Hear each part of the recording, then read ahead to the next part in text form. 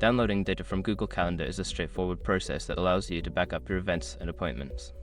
Follow these steps to successfully download your calendar data. Step 1. Sign into Google Calendar. Open your web browser and go to the Google Calendar website. Sign in with your Google account credentials if you are not already logged in. Step 2. Access settings. Once you are in Google Calendar, locate the gear icon in the upper right corner of the screen. Click on it and select Settings from the drop-down menu. Step 3. Navigate to Import and Export. In the Settings menu, look for the Import and Export option on the left sidebar. Click on it to access the import and export features. Step 4. Export your calendar.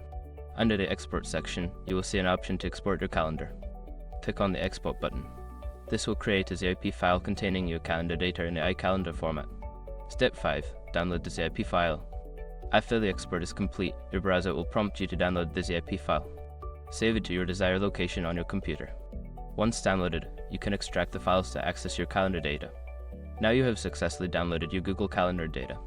You can use this information for backups or to import it into another calendar application.